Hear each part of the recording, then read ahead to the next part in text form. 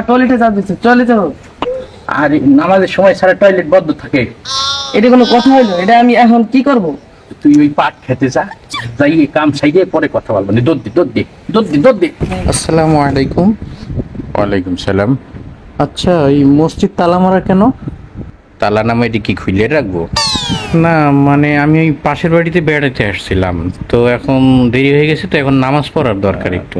এখন কোন অক্টের নামাজ পড়বেন আপনি? না মানে গাড়িতে থাকার কারণে দেরি হয়ে গেছে, তো তাই ওইটা। যান নামাজের সময় ছাড়া এই মসজিদ খোলা যাবে না, যান। এইটা কোন ধরনের নিয়ম যে অক্ত ছাড়া মসজিদ খোলা থাকে না? আমি ঠিক বুঝে আসি। মসজিদ খুলবো কি ফুটবল খেলার জন্য? একটা আদব কায়দা আছে না মসজিদের? একটা মুসাফির যে কোনো সময় আসতেই পারে, তার তো নামাজ পড়তে হবে নাকি? মিয়া ভাই, আপনি তো ওই মুসাফিরের মাসলাটাই দেখলেন। টাহাই দিয়ে মাইক কিনছি কয়দিন আগে, 15,000 টাকা নিয়েছে। সরে লই গেল কি আপনি কিনে দেবেন? আচ্ছা বুঝলাম, মাইক হারানোর ভয় থাকতে পারে, তা মাইক ইমাম সাহেবের রুমে রাখবেন অথবা অন্য জায়গায় রাখবেন, তাই বলে আল্লাহর ঘর মসজিদ এইভাবে আটকায় রাখবেন? গাড়তেরা মুসাফির কি কমু ভাই। আচ্ছা ভাই, আপনি যান তো, যান, আজান দিলে আইসেন, যান। না ভাই, এটা তো ঠিক না। মসজিদ আল্লাহর ঘর, এটা সব সময় খোলা থাকবে, এটা তো কোনো বিধান না বন্ধ রাখার। এইটা মিয়া ভাই, আপনি আপনার ঘর খুইলে তারপর বেড়ায় যান, বেড়ায়। আপনি আপনার ঘরে আপনি তালা মারেন কেন কোথাও গেলে? হ্যাঁ, আচ্ছা, আপনি ঘরের সাথে মসজিদের তুলনা দিচ্ছেন কেন? এই মিয়া আপনি যান, আপনি একটু বেশি কথা বলেন। আইসেন কোন বাড়ি আইসেন আপনি?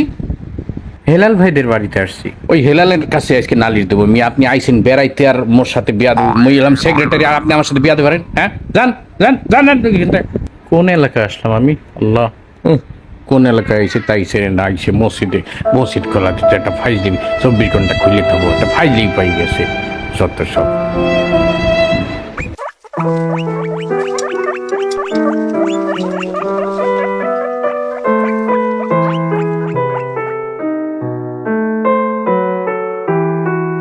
ইল্লা এখানে তালা মারা কেন?